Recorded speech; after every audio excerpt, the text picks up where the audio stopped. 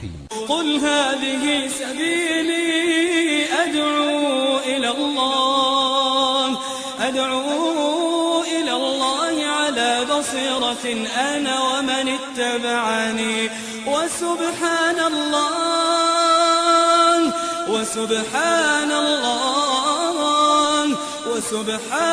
الله وما أنا من المشركين.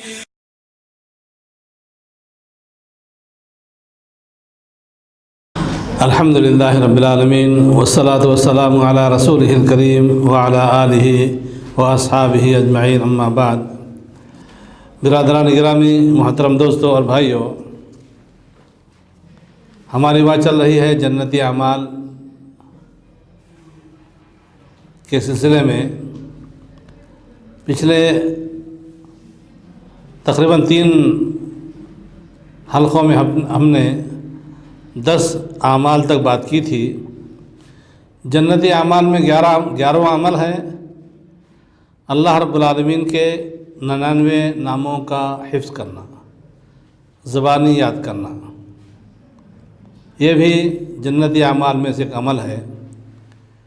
مسلم شریف کی روایت ہے، نبی کریم صلی اللہ علیہ وسلم فرماتے ہیں للہ 99 اسما 100 الا واحدہ من احصاها دخل الجنہ.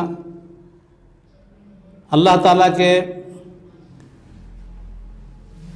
99 نام ہیں، 1 کم 100. جو شخص ان کو یاد کرے وہ جنت میں جائے گا.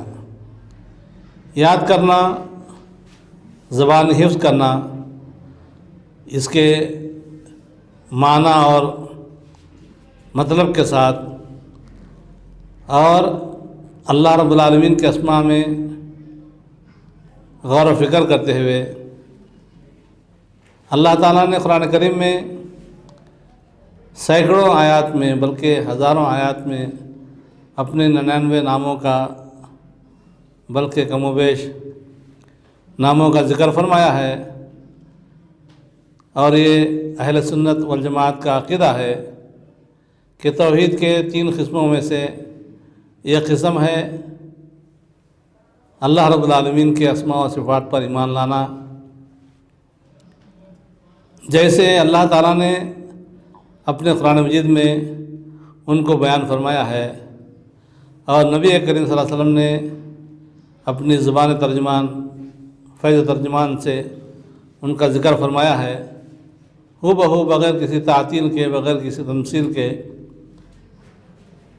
ان پر ایمان رکھے اور اللہ رب العالمین کے تمام صفات پر اپنا عقیدہ جمائے اور پھر ان کو یاد کرے، حفظ کرے، تو انشاءاللہ ایسا بندہ جنت میں جانے کا حقدار ہے ایمان کے ساتھ. 12واں عمل ہے جنتی اعمال میں سے والدین کی فرما برداری کرنا، ان کے ساتھ حسن سلوک کرنا. چنانچہ مسلم شریف میں نبی کریم صلی اللہ علیہ وسلم نے ایک مرتبہ فرمایا رغم انفہ، ثم قال رغم انفہ، قیل من یا رسول اللہ، قال من ادرک والدیہ عند الکبر او احدہما ثم لم يدخل الجنہ. آپ نے فرمایا صلی اللہ علیہ وسلم کہ خاک آلود ہو وہ شخص، خاک آلود ہو وہ شخص. صحابہ کرام نے پوچھا کہ اللہ کے نبی ہے کون بد نصیب ہے، کون بدبخت ہے؟ تو آپ نے فرمایا کہ وہ شخص جو اپنے والدین کو یا ان میں سے کسی ایک کو ان کے بڑھاپے میں پائے اور وہ ان کی خدمت نہ کر کے جنت میں نہ جائے، تو یہ شخص بد نصیب ہے، خاک آلود ہے. اس کی دنیا اور آخرت جو ہے گویا نقصان اور گھاٹے میں ہے. تو جو بندہ والدین کو بڑھاپے میں پا کر ان کی خدمت نہ کر کے، ان کی اطاعت نہ کر کے، ان کو خوش نہ کر کے اگر دنیا سے چلا گیا تو وہ جنت سے محروم ہے. اور جو بندہ اطاعت کرے گا، فرمانبرداری کرے گا، خدمت کرے گا اور ان کی مکمل تابعداری کرتے ہوئے ان کے ساتھ انتہائی حسن سلوک کا معاملہ کرے گا تو ایسے کے لیے نبی کریم صلی اللہ علیہ وسلم نے جنت کی بشارت سنائی ہے۔ اللہ رب العالمین نے قرآن مجید میں جہاں فرمایا کہ وَلَا تَقُلْ لَهُمَا اُفْ، کہ تم والدین کو اف بھی نہ کہو، حضرت حسن بن علی رضی اللہ تعالیٰ عنہ نے بڑا عجیب جو ہے اس لفظ اف پر تبصرہ فرمایا، کہا کہ لو یعلم اللہ شیئا من العقوق ادنا من اف لحرمہ، کہ اللہ رب العالمین اگر والدین کی نافرمانی میں لفظ اف سے بھی چھوٹا کوئی اور لفظ ہوتا تو اس کو بھی بیان کر دیتا یا اس کو بھی حرام کر دیتا کہ یہ بھی اف سے بھی چھوٹا کلمہ حرام ہے۔ جب جو ہے یہ دو حرفی لفظ جو ہے حرام ہے تو اس سے چھوٹا تو یہ حرفی لفظ کوئی اللہ رب العالمین کے پاس نہ تھا، اس لیے رب العالمین نے لفظ اف کو جو ہے کہا کہ تم والدین کے سامنے اف بھی مت کہو۔ جب اف کہنا جو ہے ایک والدین کے ساتھ گستاخی ہے تو ہم کو سوچنا چاہیے، خاص طور پر جوان بچوں کو، جوان بچیوں کو ماں باپ کی نافرمانی کرنے کے وقت یہ حالت غضب میں کہ لفظ اف سے زیادہ ہم جو ہے کیا کیا حرکتیں کر کر ان کو تکلیف پہنچاتے ہیں، ان کے دل کو زخم پہنچاتے ہیں، ان کے دل کو ناراض کرتے ہیں۔ اگر کوئی والد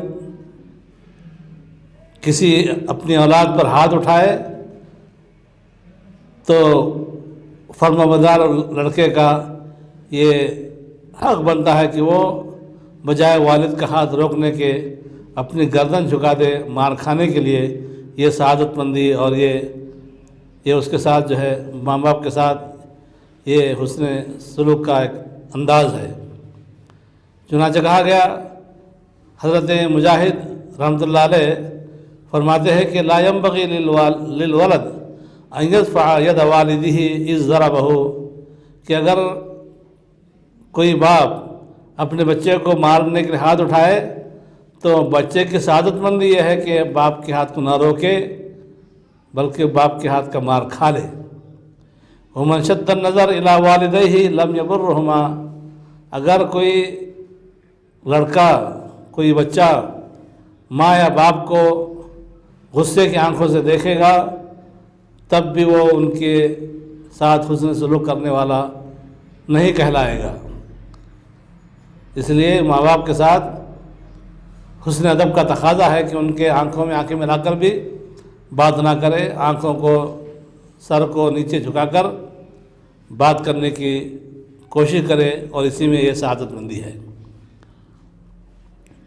امام مجاہد فرماتے ہیں ومن ادخل علیہما ما یحزنہما فقد عقہما، کہ بچہ ماں یا باپ کو اس انداز سے تکلیف دے کہ ان کے دل کو وہ زخم پہنچا رہا ہے یا ان کے دل کو ناراض کر رہا ہے تو گویا وہ ان کی نافرمانی کر رہا ہے۔ اس لیے ہم کو ڈرنا چاہیے اور کوشش کرنا چاہیے کہ ہم زندگی میں کبھی بھی ماں باپ کو ناراض کرنے والے نہ بنیں، اس لیے کہ ماں باپ کی رضامندی میں اللہ کی رضامندی ہے اور ماں باپ کی ناراضگی میں اللہ رب العالمین کی ناراضگی ہے۔ چنانچہ حضور فرماتے ہیں نبی کریم صلی اللہ علیہ وسلم رضا الرب فی رضا الوالدین و سخط الرب فی سخط الوالدین، کہ رب کی رضامندی والدین کی رضامندی میں ہے اور رب کی ناراضگی والدین کی ناراضگی میں ہے۔ اللہ تعالی ہم تمام کو جب تک والدین زندہ رہیں ان کی خدمت کرنے یا ان کے ساتھ حسن سلوک کرنے کی توفیق عطا فرمائے، والدین میں سے جو بھی زندہ رہے ہم ان کو خوش رکھ کر اپنی جنت کو پکی کریں۔ اللہ تعالی ہم کو اس کی توفیق عطا فرمائے۔ وآخر دعوانا ان الحمد للہ رب العالمین۔